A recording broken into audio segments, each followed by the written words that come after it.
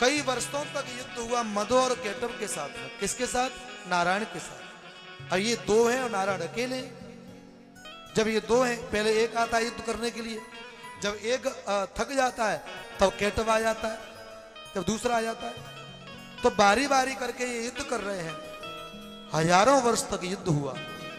जब ये युद्ध होता रहा, उसके बाद मेरे नारायण ने विचार किया, मधु केटव ये मरने में नहीं आते, क्या करना चाहिए, कैसे मरेंगे ये? तो उसी समय मेरे नारायण मैया भगवती से कहते, मां कृपा कीजिए, मेरी ताकत नहीं है कि मैं इन मधु केटवों को मार दूं।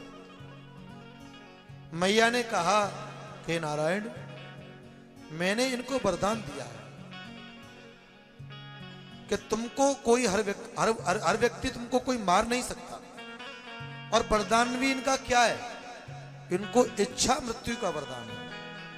मधु केटव को इन्होंने जो तपस्या करी, तो मैया ने कहा कि बरम ब्रूहि, तुम वरदान मांग लो। तो इन्होंने क्या कहा कि मैया हमारी मृत्यु जब हो, जब हम चाहें तो। अब आप विचार कीजिए, मैया कितनी सरल है कि ऐसा भी वरदान माँ ने दे दिया। माँ ने ऐसा भी वरदान दे दिया कि मधु केटव को इच्छा मृत्यु मिल गई कि जब हम चाहेंगे तब तुम्हारी मृत्यु होगी। बोले हम चाहेंगे तब हमारी मृत्यु होगी, और हम नहीं चाहेंगे तो हमारी मृत्यु नहीं हो सकती। जिस व्यक्ति को इच्छा मृत्यु मिली हो, इच्छा मृत्यु का वरदान मिला हो, उसको कौन मार सकता? मैया ने कहा, नारायण इनको आप नहीं मार सकते। बोले कैसे? कि इनको कहीं न कहीं आपको भ्रमित करना पड़ेगा, इनको कहीं न कहीं किसी मोह के जाल में फंसाना पड़ेगा। जब इनकी बुद्धि भ्रमित हो जाएगी, तब ये अपने वाक्य के द्वारा स्वयं मारे जाएंगे। बोले क्या करना चाहिए?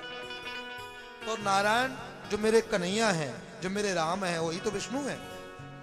तो नारायण ने वो कन्हैया वाली जो दूसरे को ठगने वाली लीला को प्रारंभ किया, छलने वाली लीला को प्रारंभ किया, अपने ब्रजवासियों को मोहित करने वाली लीला को प्रारंभ किया, उन गोपियों को मोहित करने वाली लीला को प्रारंभ किया।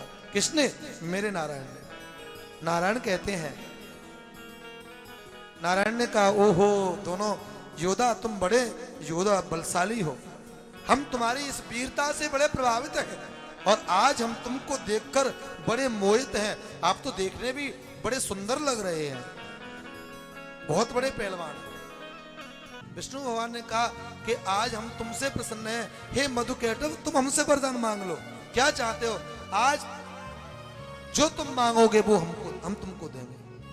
अब तो मधु केटव कहने लगा, ओहो क्या लगता है, क्या तू हमसे योद्धावाली है, हमसे ज्यादा बलशाली है तू? हम तुझसे वरदान नहीं मांगेंगे, तुझे क्या चाहिए, तू हमसे वरदान मांग। मधु और केटव दोनों हैं नारायण के सामने, नारायण के सामने दोनों हैं, और दोनों बातें कर रहे हैं। और ध्यान रखना, किसी की नई शादी हुई हो और वो व्यक्ति अपनी पत्नी को लेकर कहीं फंस जाए, उदाहरण के लिए, और कहीं ससुराल ही जाए, पहली बार शादी हुई हो और पत्नी को लेकर ससुराल जाए, तो वहां उसके जो भी रिश्तेदार संबंधी जन जो आस पड़ोस के सब इकट्ठे हो जाए और उससे कई मांग रहे, आज साहब तुम्हारी शादी हुई है, पहली शादी हुई है और पहली बार आज ससुराल आए हैं, तो शादी तो सबकी पहली ही होती है, पहली बार ससुराल आए तो कुछ खर्चा हो जाए, भाई पार्टी करते हैं, खर्चा कुछ हो जाए। तो भले ही उसके पास में 500 का नोट भी ना हो, भले ही उसको कर्जा निकालना पड़े, लेकिन उस समय पत्नी के सामने अपनी बेइज्जती महसूस नहीं कर सकता। या उसके कोई रिश्तेदार हो, या उसके कोई गुरु हो, या उससे कोई श्रेष्ठ हो, ये उसके सामने उसकी कोई बात आ जाए तो भले ही उसको कर्जा लेना पड़े, लेकिन अपनी बात को उस जगह नीचा नहीं कर सकता। तो यही स्थिति तो इस मधु केटव के जीवन में हुई है। मधु केटव के पास कुछ भी नहीं है, जब तक जिंदा है, जब तक मेरी मैया की कृपा है, मेरी मैया भवानी दुर्गा की कृपा है, मेरी मैया अम्बे रानी की कृपा है, तब तक मधु केटव जिंदा है। और जैसे ही मैया अपनी कृपा को उठा लेगी तो मरना पड़ेगा। लेकिन मेरी माँ ऐसा नहीं कर सकती। माँ कब कर सकती है? जब इस माँ का भक्त ही, माँ का भजन करने वाला, माँ की भक्ति करने वाला व्यक्ति कहीं माँ के ध्यान से विचलित हो जाए, तब माँ को कष्ट देना पड़ेगा। तो मधुकैटभ आज नारायण की उस बातों में फंस गए। नारायण ने कहा, मधुकैटभ तुम वरदान मांग लो, तुमको क्या चाहिए, हम तुमको वरदान देंगे। हम आज तुम्हारे इस युद्ध से प्रभावित हैं, प्रसन्न हैं।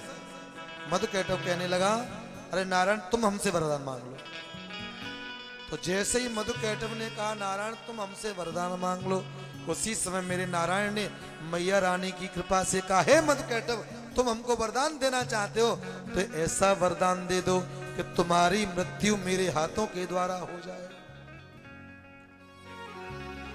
अब तो मधुकैटभ अपने आप में ठगा महसूस होने लगा इसके अंदर।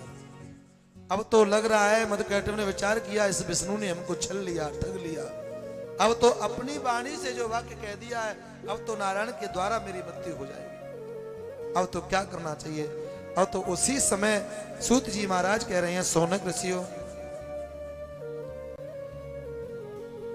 आज मधुकैटभ जहां सातीम ताम्राक्षी वीक्षमाणा तदा सुर तौ जगान कटाक्षैश्च काम बाणैर्वापरे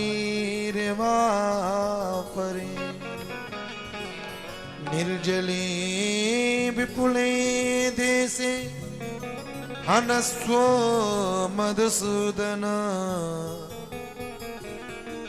वध्यावाम तो भवता सत्यभाग बभु माधव।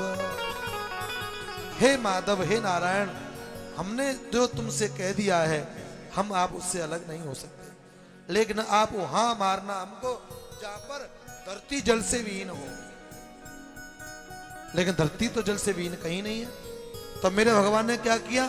उसी समय मेरे भगवान ने आज सागरा सकलो व्याप्त इष्टदा वही मेदसोतयो वही मेदसोतयो।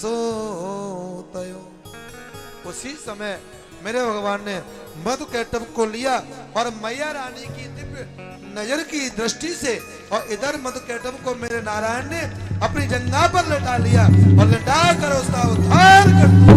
बोले जगदम्बे मैया की